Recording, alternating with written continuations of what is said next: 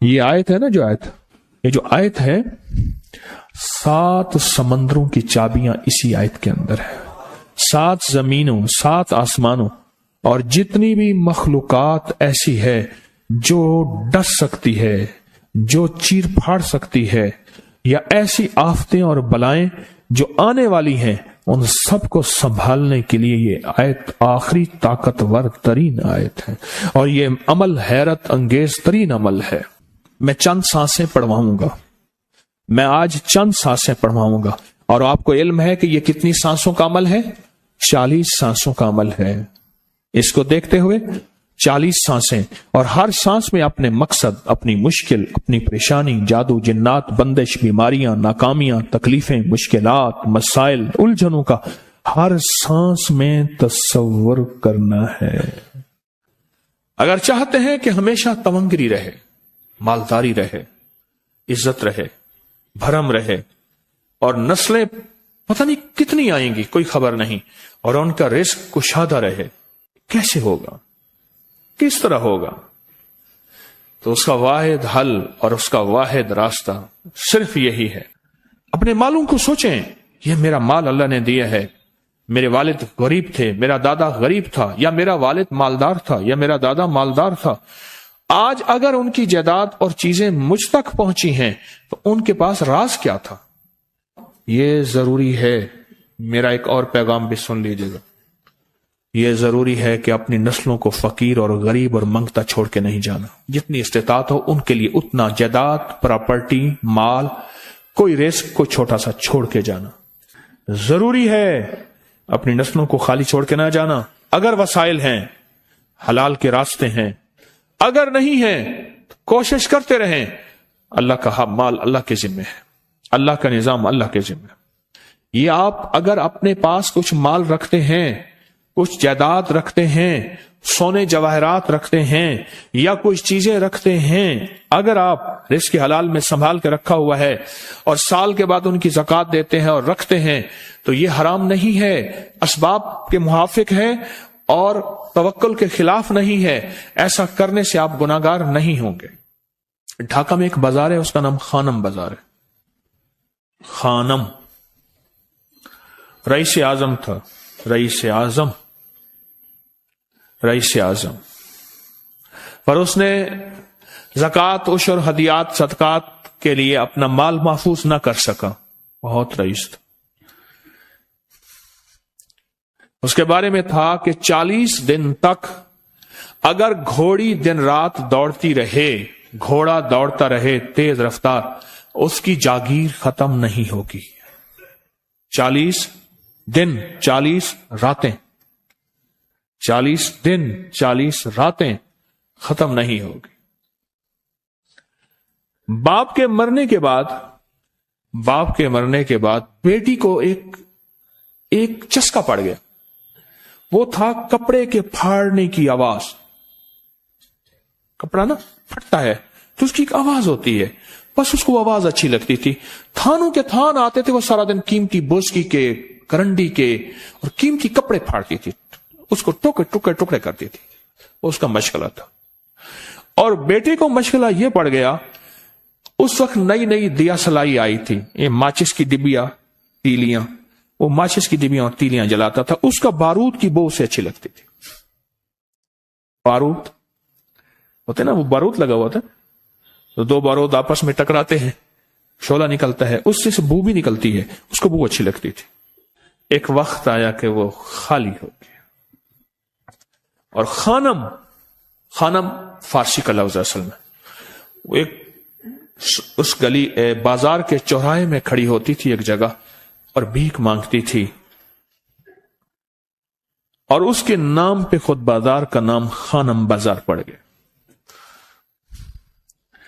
میں جھنگ میں گیا، پرانی بات ہے، ہمارے ایک مخلص ہیں ان کے ہاں، ایک چوک میں کھڑا تھا، تو وہ چوک سے ان کی گاڑی لینے آئی کہ آگے راستہ سمجھ نہیں آ رہا تھا. تو مجھے کہنے لگے آپ میری گاڑی میں بیٹھ جائیں. میں ان کی گاڑی میں بیٹھ گیا. مجھ سے کہنے لگے یہ جو چوک ہے نا، فلاں میں نام نہیں لیتا، فلاں، اس کی اتنی جاگیر تھی کہ 3 دن 3 راتیں گھوڑی دوڑتی رہتی تھی، ختم نہیں ہوتی تھی.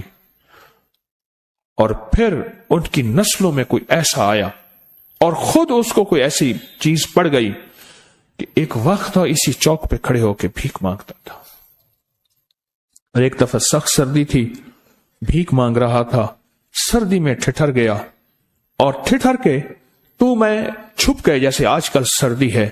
رات کو وہیں مر کے پڑا تھا. صبح اٹھایا، کچھ لوگوں نے چندہ کر کے کفن دے کے دفن کر دیا. میرے حضور کا فرمان ہے اپنے مالوں کو زکوٰۃ کے ذریعے محفوظ کرو، محفوظ کر لو. اگر محفوظ نہ کیا، نسلوں میں فقر اور فاقے، غربت، تنگ دستیاں، فقیری اور منگتا ہونا نسلوں کو دیکھے جائیں گے. پھر نسلیں کہیں گی پدرم سلطان ہمارا باپ، ہمارا دادا بادشاہ تھا، جاگیردار تھا، مالدار تھا. ہمارے بڑے بتاتے ہیں زندگی بھر کے لیے فقر اور فاقہ، غربت اور تنگ دستی سے بچے رہیں. غیب سے اللہ کا نظام ایسا چلے گا، ایسا چلے گا، ایسا چلے گا. اللہ سارے بھوکے ہوں گے، سارے پیاسے ہوں گے، سارے فقیر ہوں گے، سارے منگتے ہوں گے. اللہ تجھے کھلائے گا بھی صحیح، پلائے گا بھی صحیح، سلائے گا بھی صحیح. عزت کے تکیے، عزت کے لقمے، عزت کے جام، عزت کے جام. مالک بن دینار رحمت اللہ علیہ کے پاس ایک بندہ ہدیہ لے کے آیا. اللہ کے ولی تھے.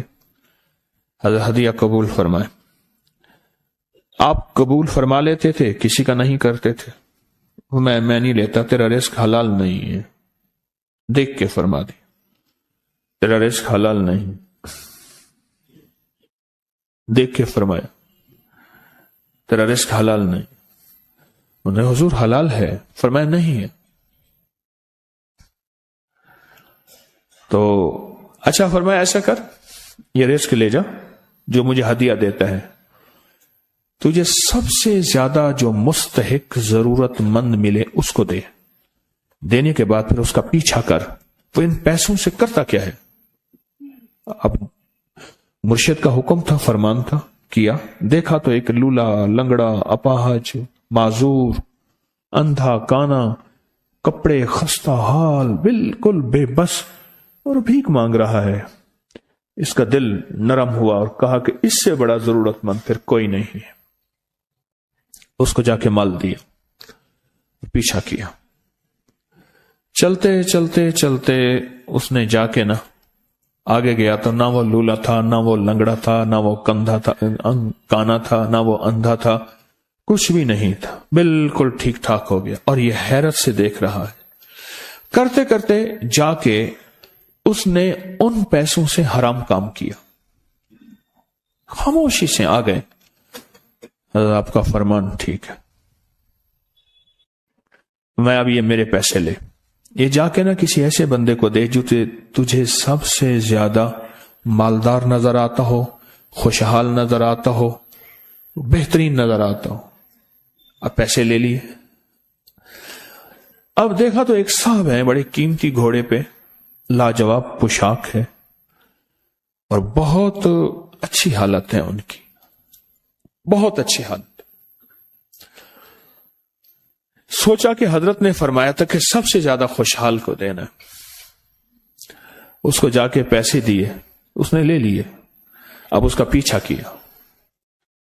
وہ ایسی دکان پہ گیا جہاں سے راشن لیا جاتا ہے. اس نے تھوڑا تھوڑا راشن لیا. حیران ہو گئے، اتنا مالدار آدمی ہے، ایسے راشن لے رہا ہے جیسے کوئی بندہ روز کی آئے روز کی کھائے. اتنا ضرورت مند. اس کا پیچھا کیا. ایک پرانی حویلی تھی، ایک پرانا محل نما ایک گھر تھا، ٹوٹا پھوٹا. اس کا جا کے دروازہ کھٹکھٹایا. ابھی اندر جانے ہی لگا تھا تو اس نے لگام پکڑ لی. اس نے دیکھا تو ہے تو وہی جس نے آج میری مدد کی ہے. کہا تجھے اللہ کا واسطہ ہے، اب مجھے اپنے حالات بتا دے. تو کہنے لگا تو نے جس کا واسطہ دیا ہے اور پھر تو نے میری آج مدد کی ہے، میں نے آج تک اپنے حالات کسی کو نہیں بتایا. میں رئیس اعظم تھا. تلک الایام نداولها بین الناس. اللہ کی طرف سے آزمائش آ گئی اور فقر، فاقہ، غربت، تنگ دستی ختم، ہر چیز ختم ہو گئی.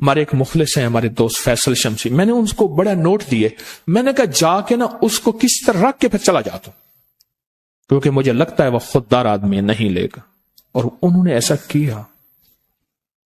سوچیں کہ میرے مال اللہ نے دیا ہے، کیا میں اپنے مال کا صدقہ اگر نکال رہا ہوں تو وہ دے کہاں رہا ہوں؟ ضرورت مند کیا میں تلاش کر رہا ہوں؟ اور میں ضرورت مندوں میں سب سے پہلے وَبِذِي الْقُرْبَى وَالْيَتَامَى وَالْمَسَاكِينِ وَابْنِ السَّبِيلِ، مسافر پردیسی چوتھے، پھر مسکین ہے، پردیسی ہے، مسافر ہے، یتیم ہے۔ ضرورت ہے اس چیز کی، اس کی ضرورت ہے، کیونکہ یہاں جتنے مانگنے والے ہیں ان کے بارے میں صرف ایک لفظ کہوں گا، یہ لفظ آپ پکا رکھ لیں، یہ سب خواہشات کے مانگنے والے ہیں، ضروریات والے نہیں ہیں، خواہشات۔ اتنا بڑا بنگلہ، اتنی بڑی سواری، فلاں برانڈ کا موبائل، فلاں چیز فلاں چیز فلاں چیز، یہ خواہشات کی کوئی حد نہیں ہے، یہ لفظ بھی ذہن نشین رکھیے گا، میرے ساتھ بولیں، خواہشات کی، ضروریات کی حد ہے، خواہشات کی حد نہیں ہے۔ عاجزانہ دعاؤں کے ذریعے اگر اپنی مصیبتیں، اپنی بلائیں، اپنی پریشانیاں اور اپنی تکلیفیں ٹلوانا چاہتے ہیں تو اس کے پیچھے ہمارے ساتھ کون سی دعائیں ہوں؟ عاجزانہ دعائیں، عاجزانہ دعائیں۔ اور میں امام زین العابدین جب دعائیں مانگتے تھے اور ان کی دعاؤں کے اندر جو درد ہوتا تھا اور غم ہوتا تھا، اور ان کی دعاؤں کے اندر جو پلبلانا اور بلبلانا اور کرب اور تکلیف ہوتی تھی، فرمایا ہنستے اپنی ہنسیاں بھول جاتے تھے، سونے والے سونا ترک کر دیتے تھے، اونگنے والے اونگنا چھوڑ دیتے تھے، اور وہ بھی ان کے ساتھ رونے لگ جاتے تھے۔ ان کا رونا ہی اتنا تھا، وہ ہنسیاں تو بخشی بخشوائی تھی، اور ان کا نام زین العابدین، نام تو ان کا علی ہے، زین العابدین پڑا اس لیے عبادت کرتے کرتے کرتے وہ عبادت گاروں کے امام بن گئے۔ یہ تسبیح خانہ جو آپ کو راستے دے رہا ہے، تسبیح خانہ جو منزلیں دے رہا ہے، یہ راستہ، یہ منزل ساری کے ساری اس لیے ہے کہ اس منزل اور راستے کے پیچھے دعاؤں کی طاقت ہے، دعاؤں کی طاقت ہے۔ ان دعاؤں اور اعمال کو اپنے ساتھ ایسے سینے سے لگا لیں۔ ان دعاؤں اور اعمال کے اندر حیرت انگیز دنیا ہے۔ جب سے تسبیح خانے کے ساتھ نسبت ہے، دعاؤں کی کیا کیا طاقتیں دیکھی، دعاؤں کی کیا کیا تاثیر دیکھی۔ سنوں گا نہیں، بس صرف دل میں سوچیں، میرے سوالوں کا جواب دل میں دیں۔ دعاؤں کو کیسے آزمایا، خود ہی تو کہتے ہیں فلاں وظیفہ پڑھا یہ ہوگا، فلاں عمل کی، یہ دعائیں تو ہیں ساری، کیا ہیں؟ ساری میری حدیثیں، میرے آقا کا فرمان دعائیں، سارا قرآن دعائیں، ساری تسبیحاں دعائیں، اور سارے دل سے گڑ گڑانے والے لفظ وہ جس زبان میں بھی ہوں، جس کلام میں بھی ہوں، وہ سب دعائیں ہیں۔ اللہ کو یہ مانگنا پسند ہے۔ اللہ کہتا ہے پھر وہ مصیبتیں جو کھجور کے درختوں سے نیچے آ چکی ہوتی ہیں، میں ان کھجوروں کو بھی، ان درختوں کو بھی، ان مصیبتوں کو بھی ٹال دیتا ہوں، اور وہ مصیبتیں جو تیری آنکھیں نے دیکھ چکی ہیں ان کو بھی ٹال دیتا ہوں، اور وہ بلائیں آفات جو زندگی میں تیرے سامنے ہیں ان کو بھی ٹال دیتا ہوں۔ یہ ساری بلائیں اور آفات اور یہ ساری تکلیفیں میں اس وقت ٹال دیتا ہوں جب تیری دعاؤں کی طاقت تیرے سامنے آ کے کھڑی ہوتی ہے، کیونکہ دعاؤں کی ایک طاقت ہے، دعاؤں کی ایک تاثیر ہے، دعاؤں کا ایک حصار ہے، دعاؤں کا ایک کوٹ ہے، اور دعاؤں کا ایک قلعہ ہے، اور دعائیں ایک ڈیفنس وال ہیں، اور دعائیں حفاظت کا نظام ہے، اور دعاؤں سے آفتیں، بلائیں، مصیبتیں، تکلیفیں ایسی ٹل جاتی ہیں۔